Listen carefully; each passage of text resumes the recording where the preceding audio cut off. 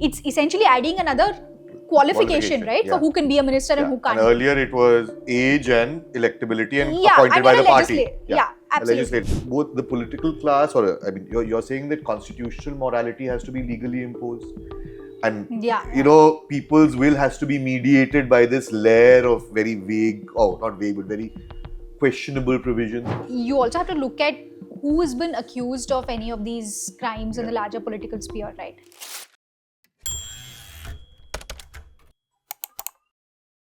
Hi everyone, welcome to the Indian Express. Today we'll be discussing the three new bills that have been, not quite tabled in Parliament, but presented, and they've gone to a parliamentary committee for review, which essentially allow for the disqualification of ministers, including the chief ministers and the prime minister, on charges which carry a sentence of up to 5 years and if they've been held in judicial custody for 30 days.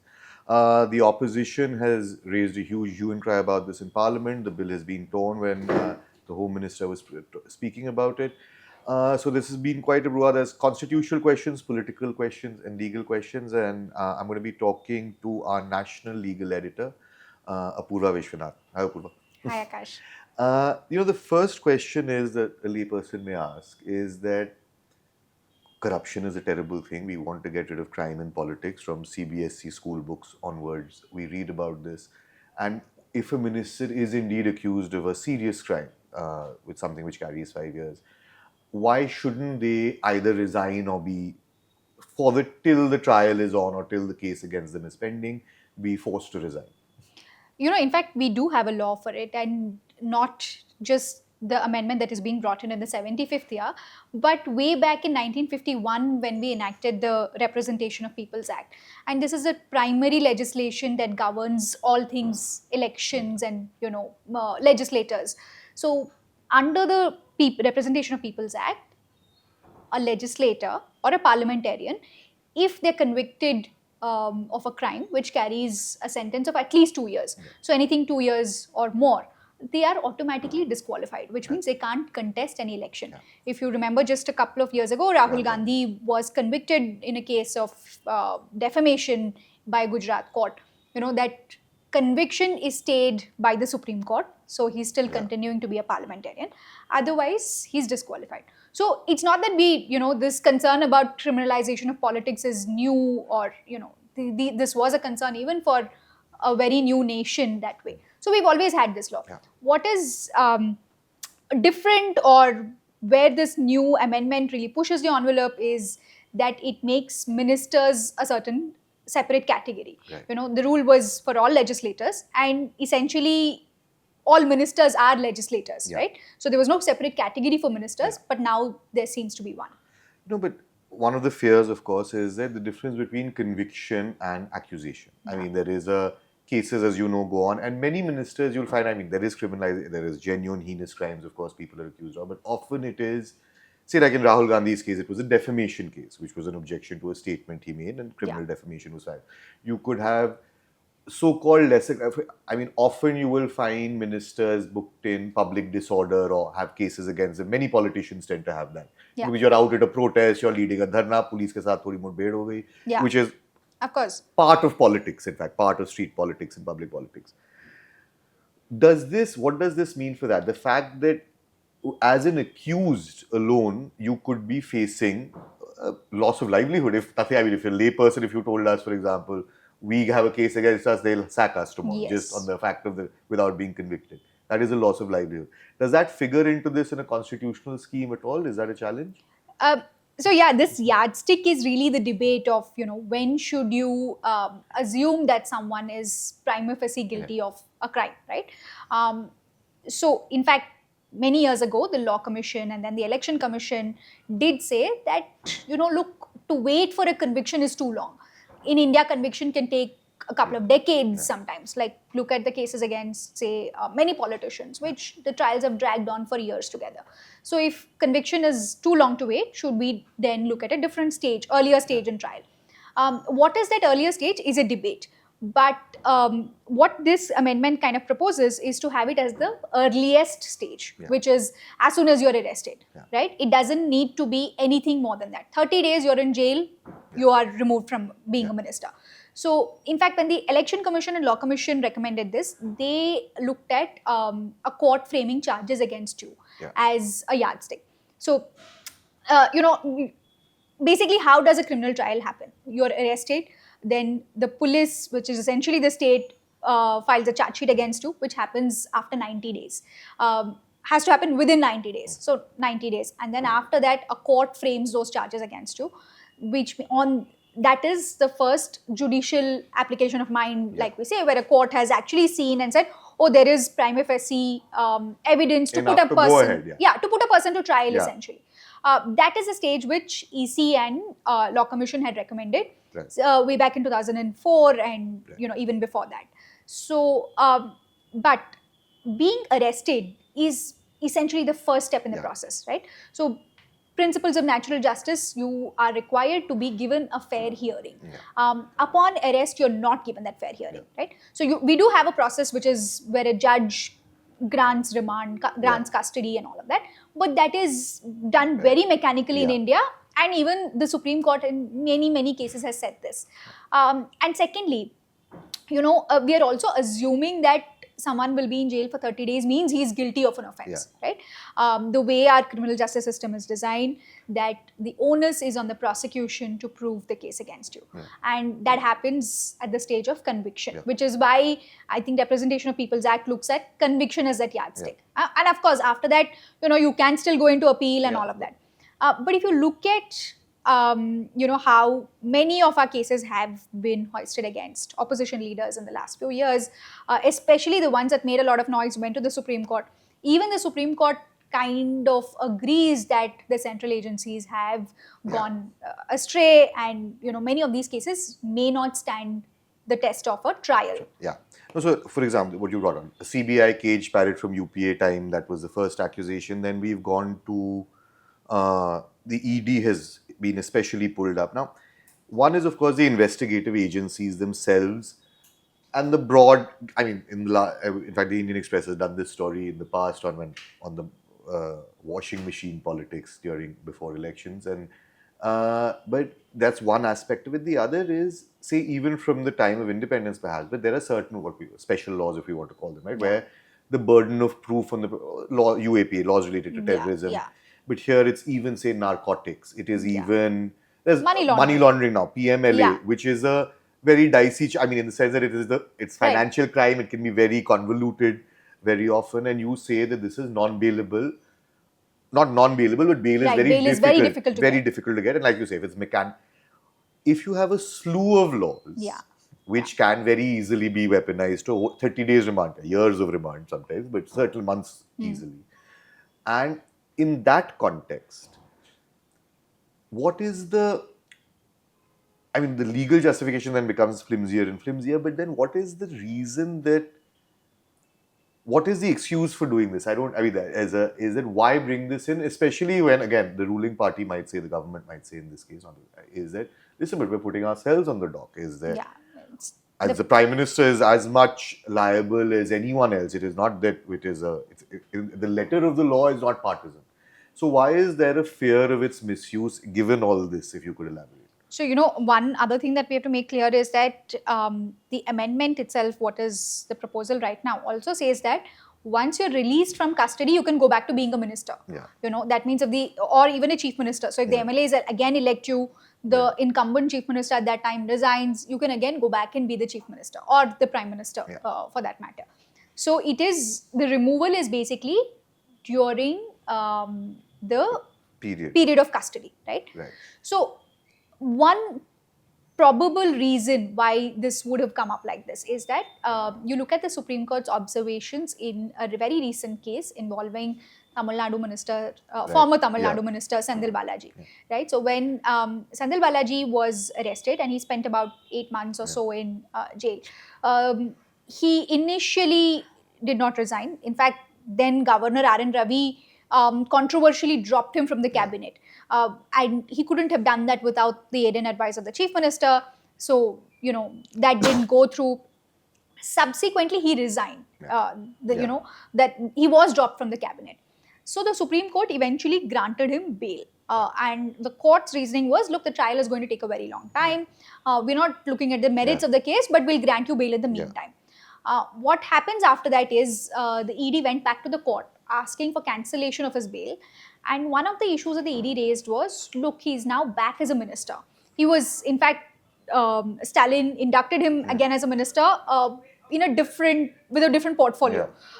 So, as a minister, he could influence witnesses. Right? That was essentially the allegation that the ED made. And this is kind of the fear that the court also had when Arvind Kejriwal was being granted bail. They said, look, you will not go back to the secretariat, sign files, or interact with any of these witnesses, all of this. So, in some way, the court is articulating its fears that, as a minister or you wield an inordinate amount of power, so you could influence the trial or impact the trial.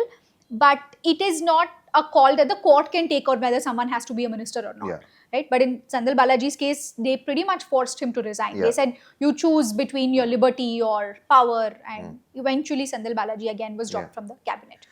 So the government's sort of reason about why they want to do this stems from that.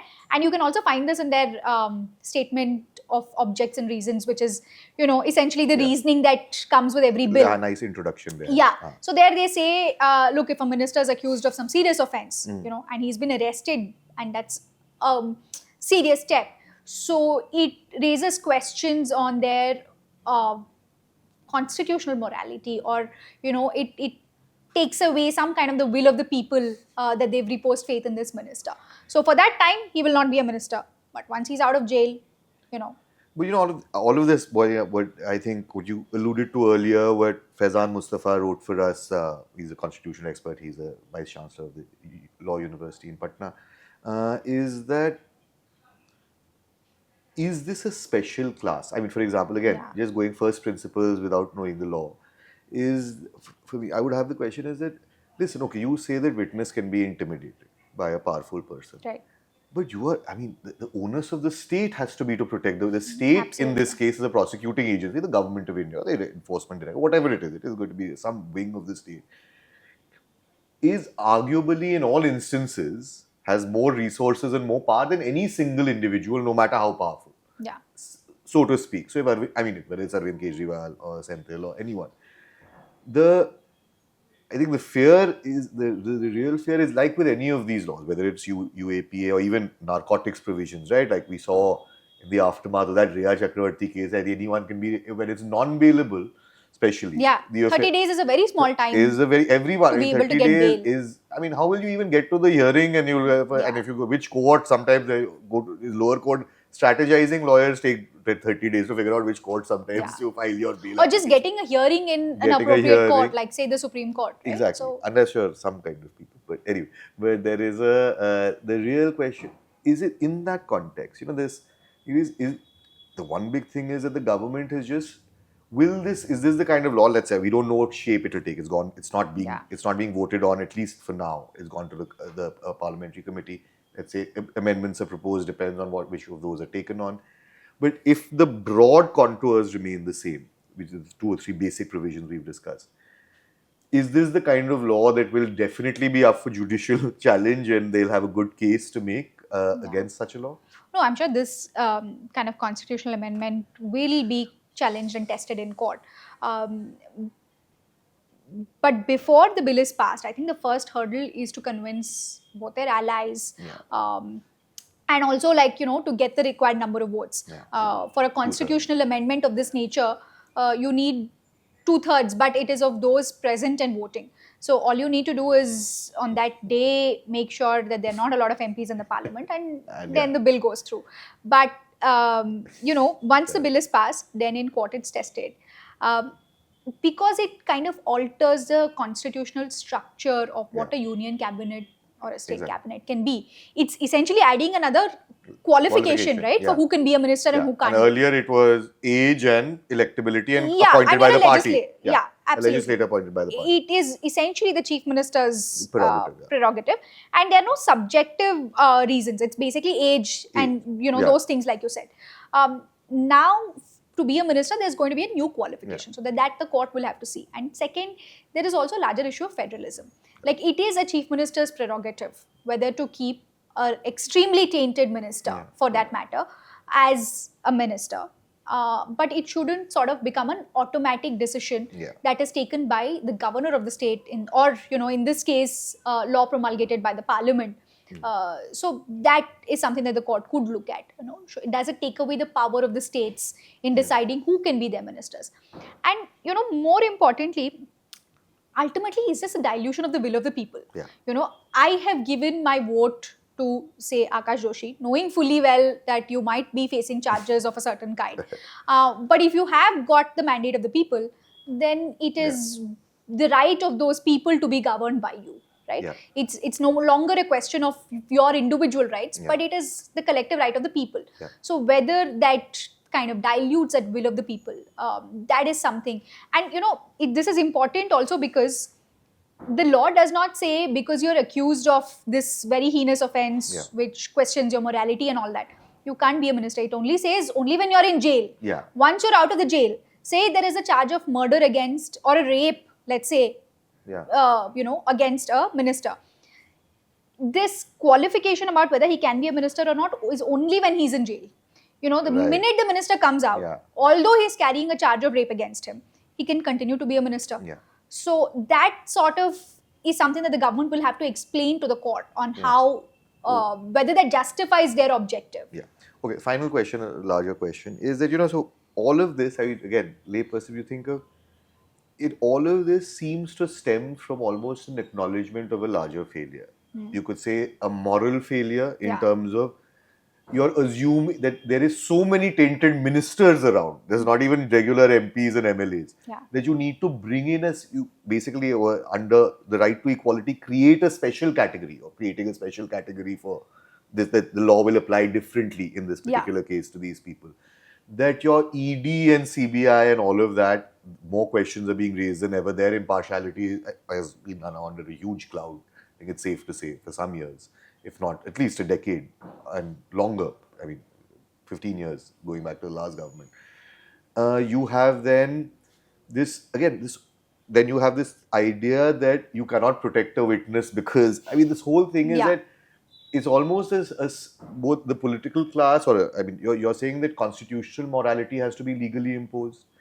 And, people's will has to be mediated by this layer of very vague, not vague, but very questionable provisions. Is that kind of larger failure? I mean, or even that, and most of all, a politician, otherwise they're so afraid of the judiciary taking calls on overstepping, and big thing we hear is judicial activism is a problem, and one can agree in certain circumstances. But that you're saying, a judge is able to decide whether an elected minister, and perhaps a chief minister, like a judge will decide whether they serve in that, right? If a judge, I mean, police can file a case on anything. I can file criminal, I can accuse someone of assault, and a case can be filed, and tomorrow they can be a minister. But ultimately, a sitting judge will decide whether or not this person will be removed from office for 30 days, 60 days, not the voter, which is usually the form of accountability for elected governments. I mean, what is this? How do you make of all these sort of tacit admissions, it seems, of failure in this kind of thing? No, but also, you also have to look at who has been accused of any of these crimes in the larger political sphere, right? That an overwhelming number of ministers who've been booked for any kind of offences are from the opposition and booked by the central agencies. It's tried to say this anymore. Look at the case of Satyendra Jain, who spent a good amount of time in jail. Well over a year. And then now the first case against him just fell apart. He, in fact, there were no preliminary charges also against him. So eventually, if you're not able to build a good enough case also, then does the agency sort of take ownership of their failure? That doesn't happen. So this, of course, raises all of those questions. But more importantly, if you look at this whole exercise of cleaning up electoral politics, and it's been a long exercise, right? The EC, the court have very proactively brought in a lot of changes.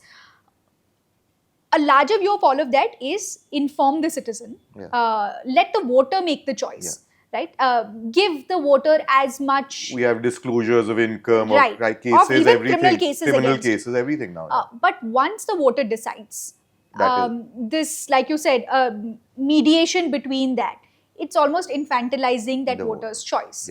That is something that the court will have to really look into, and I think that's a larger question. Do we want a special law to kind of, after we've made our choice, tell us whether our choice is good enough or not?